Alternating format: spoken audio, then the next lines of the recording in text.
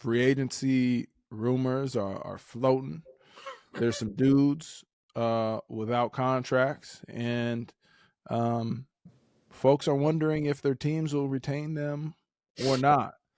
We got Patrick Queen with the Baltimore Ravens. We got Kirk Cousins, the Minnesota Vikings. We got Chris Jones, the Chiefs. Chidobe Awuzie with the Bengals, your teammate. He's around. Cheeto. Shout out Cheeto.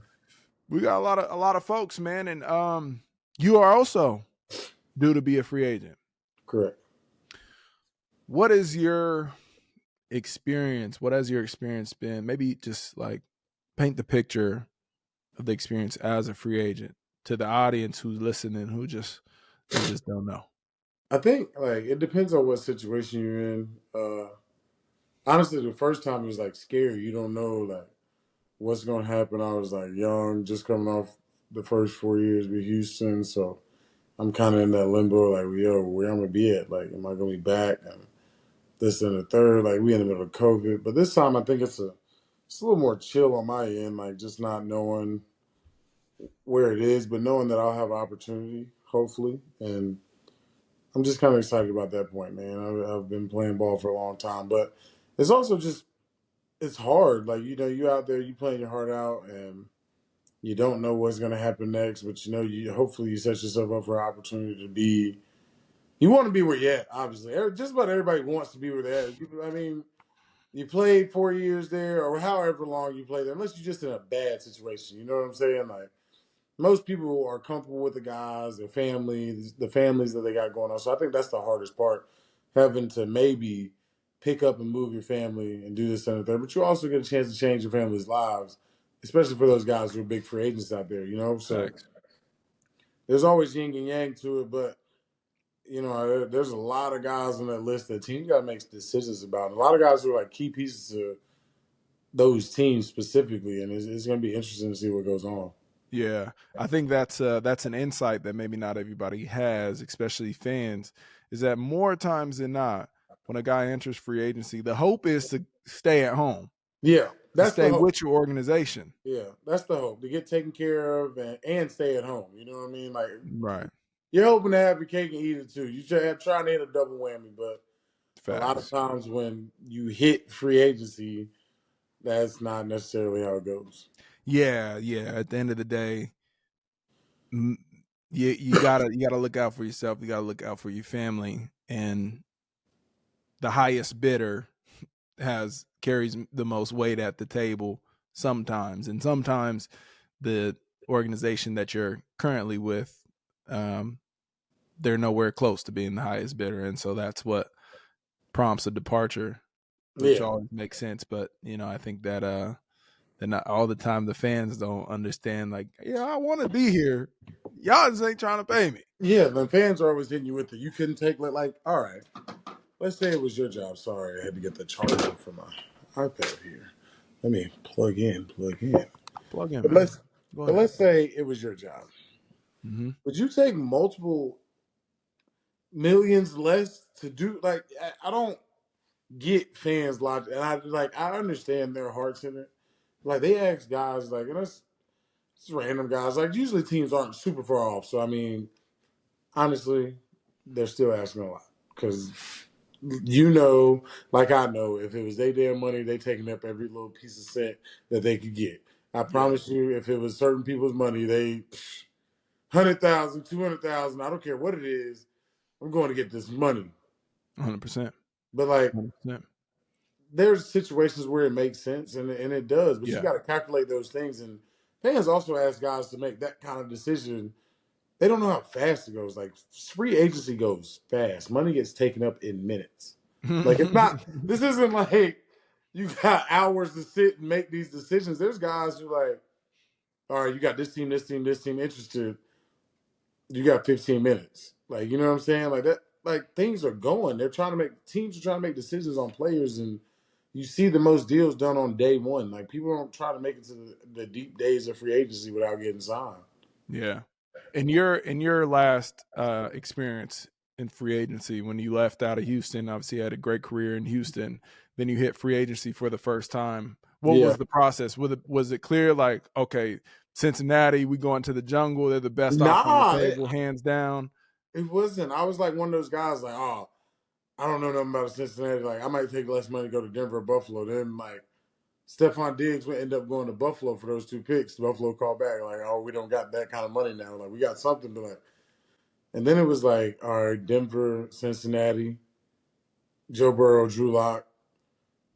I was like, I mean, I don't know nothing about Drew Lock either, but I know Joe Burrow was out there just diming him up a minute ago. Like, hey, you got about 10 minutes. Let's go. We go in Cincinnati. They got some pieces. We can figure it out. So That's really what it was. you Like literally had it all happen in a matter of what, an hour? 30 minutes max. Really? Max. That That's shit felt like crazy, that shit man. felt like the stock market. You sit there. That's Hey, you nuts, sit there. bro. You got five, I got five, five, five, 10, 10. Okay, we got 10 trying to match back. Because you and your agent communicating. He's calling back what he can get with this, that, and the third. You're sitting there like, all right, you think you got a solid decision. I swear, the Stephon Diggs thing happened. He called. I was like, oh, damn. Whatever, bro. Like, just, he's like, and I try. I was like, all right, then he's like, dude, DJ, he goes, hold on, let's think about this. He goes, that's like $6 million at the end of your deal. He's like, think about this hard. You're basing $6 million off of a situation you don't know. And I mean, he ended up being Right. right. Shout out to Joby. He's like a situation that you don't know. He's like, you don't know what's going on there. Like you do know that Cincinnati does have number 1 pick and they're gonna take Joe Burrow. So you're gonna have a chance to have a coach that's gonna be around and get a chance to really develop him. So Mm, I think that was really cool. And Joby did his job and fact, taught me out of it. It was facts. and no, I that's mean the it. type of stuff fans want you to walk away from $6 million at the end of your deal Right. because they like take a hometown discount. Like, that's $6 million, man. Right. Right. Right. Yeah. So Denver had offered you 6 million more than No, Cincinnati did. no. At Cincinnati as a total, I think Denver was at 12. Cincinnati was at like 13.25 a year.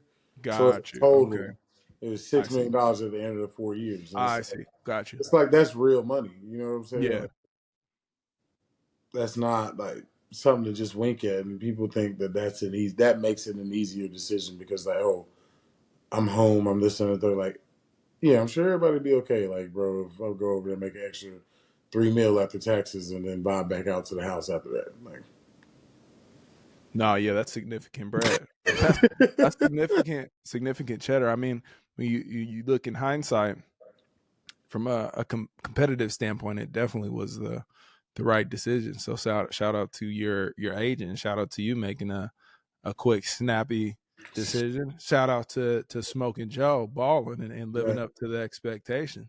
balling, my guy, Joey, Big balling. big baller. Hopefully, Yeah, I'm back. your experience in free agency is different than mine, man. You know, when you're a second to third wave kind of guy, you kind of got some time to figure it out.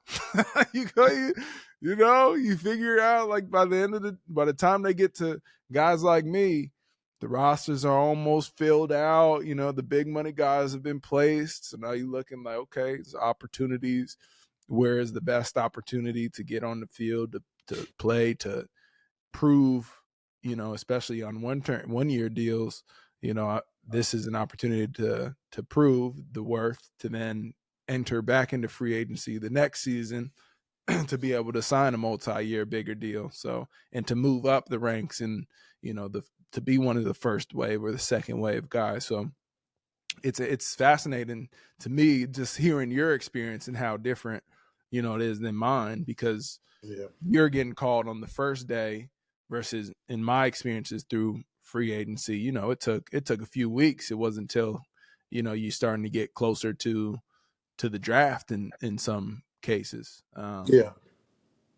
I think that's crazy. There's so many different, and there's also like, I don't know if you've ever heard. There's like this tampering period, I guess, like right before. So guys, I think have an idea of like who's interested in those guys, Right. those first wave of guys. But there's also that interesting wave of guys who are like older vets who sign like right before camp, but still get like a big chunk of money, Right. which is always like very interesting to me because it's like, where was that chunk of money for all the other guys, like everybody else? Like I don't know exactly how the cap works, but that's always like super interesting to me. Yeah. No, it's definitely a game, man. It's a game to be played. You're about to step back into that game, so hopefully it all works out in your favor. I'm sure it will. Man, we hope so, man. Hey, we'll be blessed with opportunities somewhere, bro. God willing. God willing. God willing. Hey.